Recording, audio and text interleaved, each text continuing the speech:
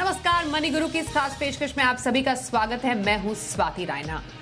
RBI credit policy का ऐलान हो गया और जैसा कि पहले से अंदाजा था, इस बार भी दरों में कोई बदलाव नहीं किया गया है। लगातार 11वीं बार है ये जब सेंट्रल बैंक ने कोई बदलाव दरों में नहीं किया। मतलब अभी भी जो आपकी ईएमआई है उसमें कोई बदलाव नहीं होगा। अब ये जो कम ब्याज दरों का दौर है, जिसके दौर से हम गुजर रहे हैं इस वक्त, रेपो रेट 4% पर है, रिवर्स रेपो रेट जो है 3.35% पर है।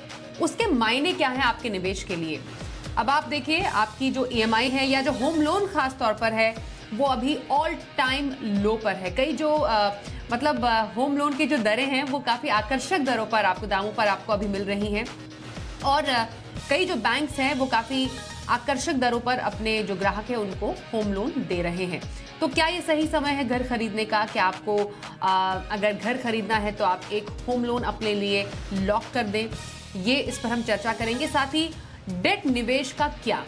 अभी कई सारी से स्मॉल सेविंग स्कीम्स हैं जिसमें बहुत ज़्यादा आकर्षक तो नहीं कहेंगे, वो भी कम ही ब्याज दरें हैं बहुत सारी स्मॉल सेविंग स्कीम्स की।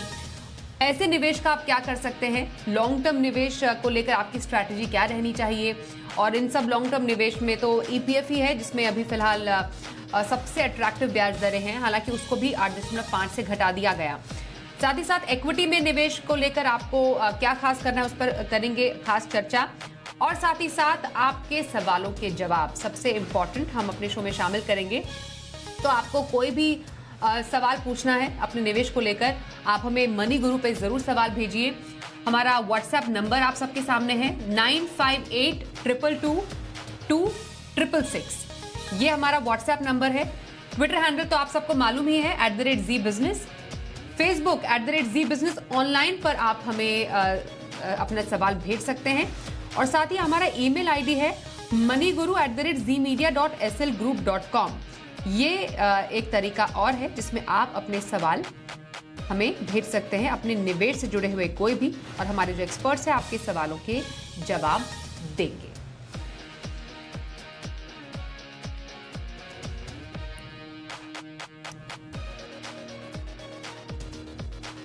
और खास मेहमान आज हमारे साथ जो शो में शामिल हैं उनका परिचय करा देते हैं। फिरोज अजीज, डेप्यूटी सीईओ आनंद राठी वेल्थ मैनेजमेंट हमारे साथ हैं। फिरोज, आपका बहुत स्वागत करते हैं मनी गुरु में।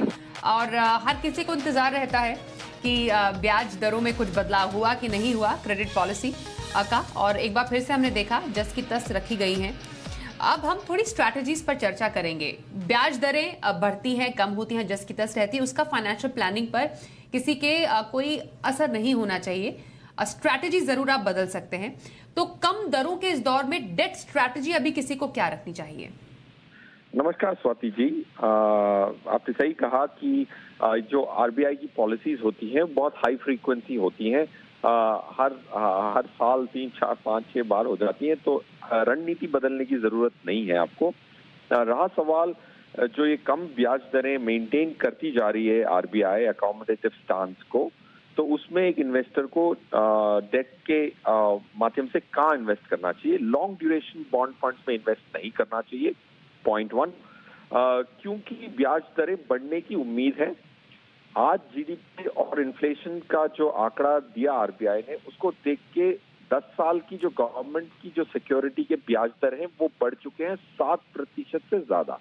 जब भी ब्याज दरें बढ़ती हैं तो बॉन्ड फंड्स में नुकसान होने की संभावना होती है।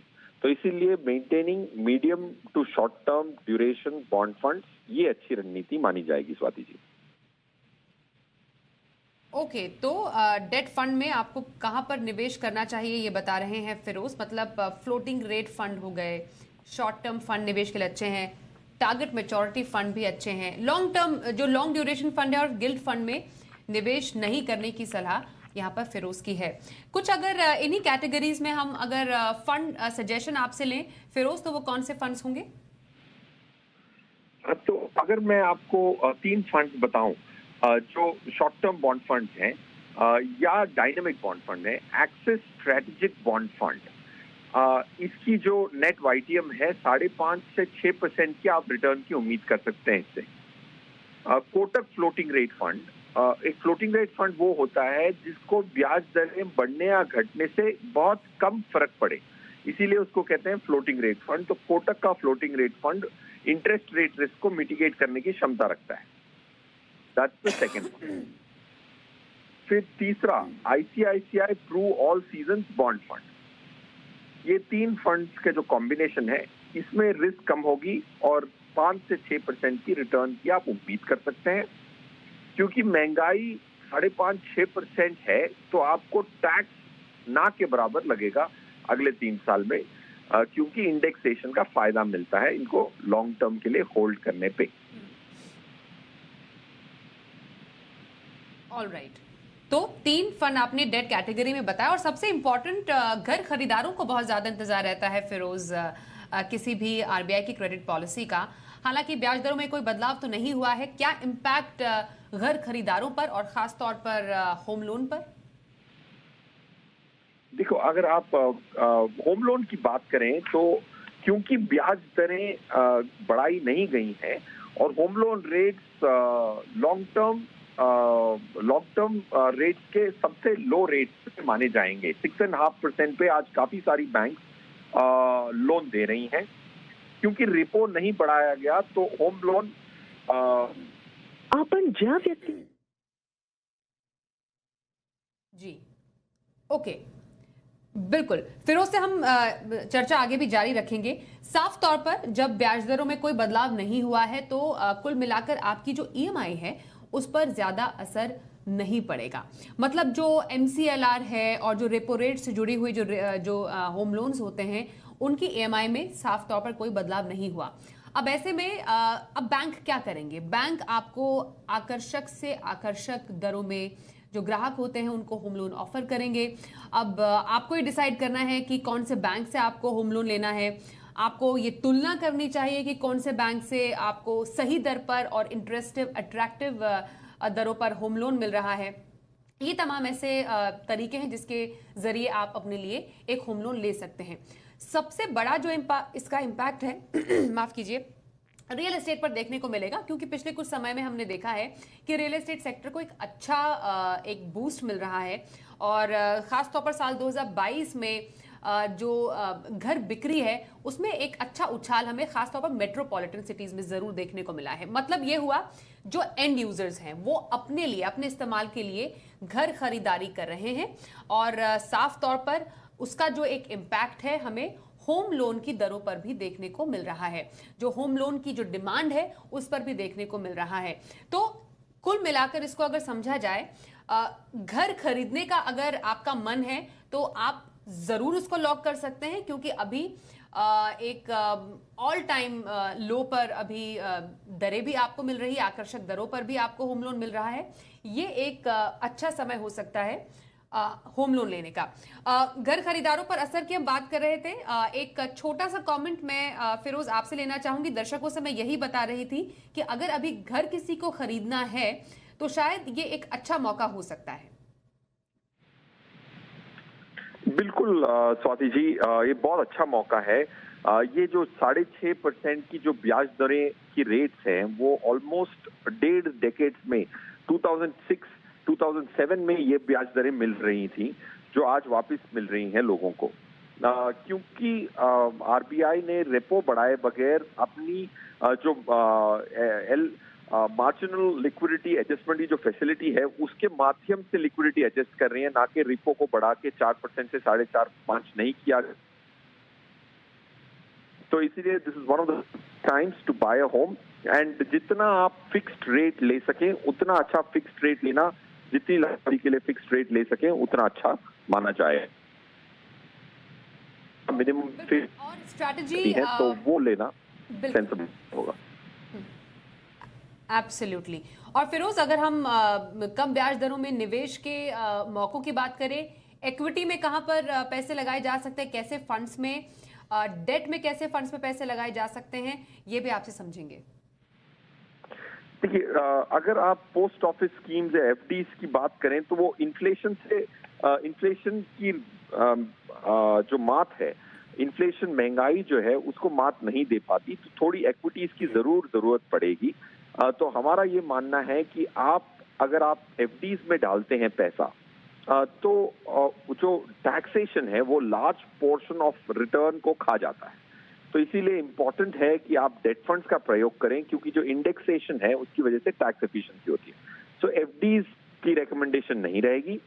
पॉइंट 2, अगर आपको महंगाई को मात देना है तो आपको 10 से 40% अपना पैसा इक्विटी में रखना ही पड़ेगा, क्योंकि जब ब्याज दरें कम होती हैं तो इक्विटी मार्केट्स को फायदा देती हैं, बिजनेसेस को फायदा देती हैं और इसीलिए मार्केट अच्छा प्रदर्शन देती है। तो इसीलिए ब्याज दरें कम होने का मतलब है कि आपको इक्विटी में थोड़ा सा अलोकेशन तो रखना जरूरी है।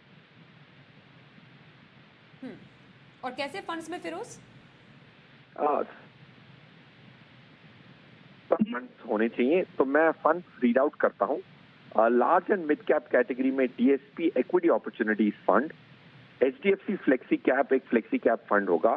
फ्लेक्सी कैप एक बहुत अहम कैटेगरी है, इसीलिए कैनरा रेबेको फ्लेक्सी कैप को भी शामिल करें।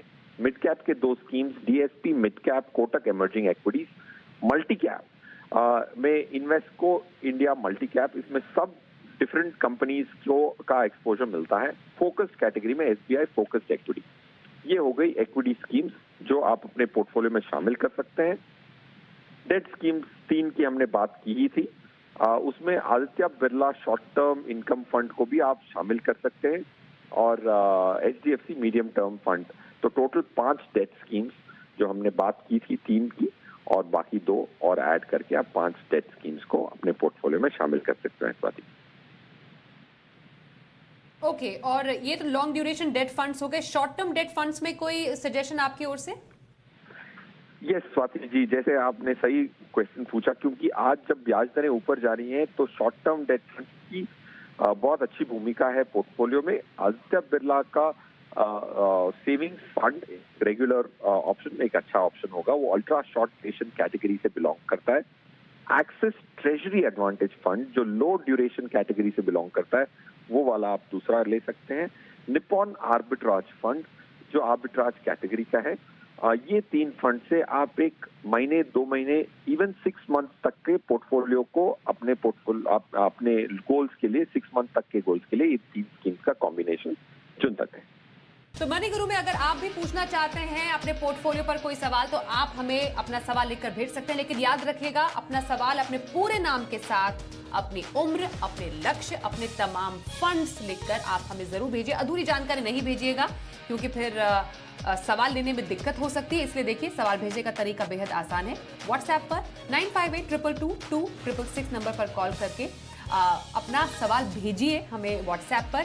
@ZBusiness ट्विटर हैंडल है हमारा, और @ZBusiness ऑनलाइन पर भी आप फेसबुक पर अपना सवाल भेज सकते हैं। और ईमेल आईडी और भी आसान तरीका moneyguru@zmedia.slgroup.com पर अपना सवाल हमें भेजिए और हमारे एक्सपर्ट्स जो हैं आपके सवालों के जवाब देंगे।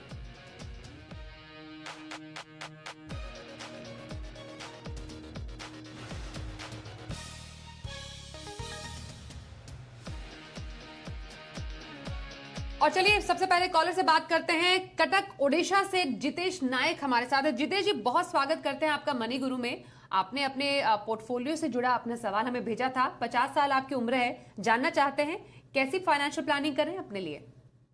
या गुड इवनिंग। सो एक्चुअली मेरा जो क्वेरी है, so I have started in SIP in 3 funds which I was closed last year. Okay, I have started from February 18. So the amount is still as invested. So I want to move those, reinvest those amounts to any new good fund. Okay. So this is for my daughter's education. 3 funds?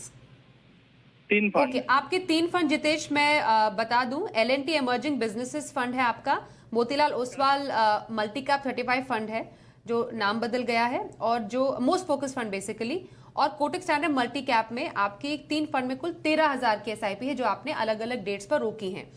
अब इन fund को आप कहीं दूसरी जगह लगाना चाहते हैं या फिर एक मुश्त रकम आप कहीं पर निवेश करना चाहें, ये स्ट्रैटेजी है आपका, सही? करेक्ट। ओके फिरोज, इनके सवाल का जवाब दीजिए आप। कैसा ये स्ट्रैटेजी आगे रख सकते हैं? एक मुश्त निवेश करना सही रहेगा इनके लिए, और ये तमाम जो फंड्स है जिस पर एसआईपी रोकी हुई है उसके बदले कोई और फंड्स?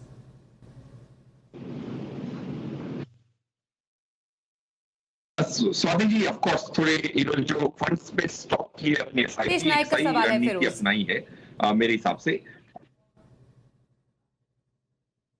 जितेश जी नमस्कार। सो एलएनटी के बदले आदित्य बिरला का स्मॉल कैप फंड एक बेटर चॉइस होगा।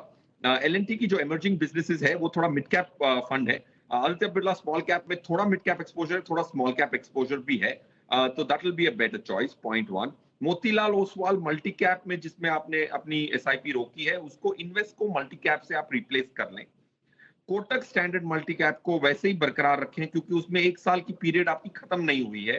तो इसीलिए इंपॉर्टेंट ये है कि आप 1 साल बाद करें ताकि एग्जिट लोड्स और शॉर्ट टर्म कैपिटल गेन ना लगे, क्योंकि मार्केट वापस पीक पे आ गई है तो शॉर्ट टर्म कैपिटल गेन लगने की संभावना है। सो ये 2 चेंजेस अभी करें। Aditya Birla small cap and invest को मल्टी कैप से अपनी 2 स्कीम्स को रिप्लेस करें और कोटक स्टैंड मल्टी कैप को 1 साल होने से पहले ना बदलें। जितेश जी, यही आपके लिए सलाह होगी। ओके, अब ओडिशा से सीधे चलते हैं हम कोलकाता, क्योंकि अगले कॉलर हमारे कोलकाता से ही हैं। बप्पा राज जी। बप्पा जी बहुत स्वागत करते हैं मनी गुरु शो में आपका। रिटायरमेंट प्लानिंग का आपका लक्ष्य है 25 साल में, क्या तैयारी की है आपने? Good evening madam and good evening sir. मेरे पास अभी टोटल कुछ म्यूचुअल फंड है। बस जानना चाहता हूँ कि ये म्यूचुअल फंड लेना होगा या फिर इनका म्यूचुअल फंड कैसे है। तो अभी मैं चालू कर रहा हूँ। मेरे पास ICICI prudential US blue chip एक है जिसमें मैं 1K पर मंथ डाल रहा हूँ। एक है आईसीआईसीआई ब्लू चिप, उसमें भी 1K। और PGIM India mid cap fund, उसमें भी 1K। और आईसीआईसीआई प्रूडेंशियल टेक्नोलॉजी 1K। और मेरा है एक्सिस का एक मिड कैप फंड है, सॉरी एक्सिस का एक स्मॉल कैप फंड है, उसमें भी 1K। और quant small cap, sorry mid cap fund, axis वाला मिड, थोड़ा कंफ्यूज है, सॉरी मैडम। ठीक है, कोई बात नहीं, कोई बात नहीं। आईसीआईसीआई तो 5 आपके कितने टोटल एसआईपीज है? 6 हैं मैडम टोटल कि 5 एसआईपीज है? टोटल 5,500 का इन्वेस्टमेंट है। ओके, आईसीआईसीआई टेक्नोलॉजी फंड के बारे में हमें जानकारी नहीं थी। और आप कह रहे हैं कि 25 साल में रिटायरमेंट प्लानिंग का लक्ष्य है आपका, और आप चाह रहे हैं कि ये फंड आपके सही है कि नहीं, ये आप समझे हमारे एक्सपर्ट से, राइट? ओके, चलिए बप्पा जी के निवेश को लेकर क्या स्ट्रैटेजी रखी जा सकती है फिरोज? स्वाति जी, आई थिंक इनकी जो फंड चॉइसेस हैं वो ठीक ठाक हैं। बहुत सारी कैटेगरीज से इन्होंने डिफरेंट कैटेगरी से अपनी स्कीम्स चुनी है, जो अच्छी बात है। इन्होंने एक ग्लोबल फंड भी चुना हुआ है, एक इंडियन लार्ज कैप्स फंड चुना हुआ है, 2 मिड कैप स्कीम्स चुने हुए हैं, एक स्मॉल कैप स्कीम भी चुना हुआ है। तो इन्होंने काफी डिवर्सिफाई किया है। तो इसमें 1-2 स्कीम्स में बदलाव की रिकमेंडेशन करूंगा। मिड कैप में आपको कोटक इमर्जिंग इक्विटीज को जरूर अपने पोर्टफोलियो में शामिल करना है। एबीएसएल स्मॉल कैप फंड जो है वो हमारे हिसाब से फ्यूचर पर्सपेक्टिव से बहुत बेहतरीन प्रदर्शन देगा। पास्ट परफॉर्मेंस इतना बेहतरीन नहीं है, बट फ्यूचर परफॉर्मेंस अच्छा होगा Aditya Birla small cap scheme का। डीएसपी मिड कैप को भी अपने पोर्टफोलियो में शामिल कर सकते हैं। एक कैटेगरी जो मेरे हिसाब से सबसे महत्वपूर्ण अंडररेटेड कैटेगरी है वो है फोकस्ड कैटेगरी।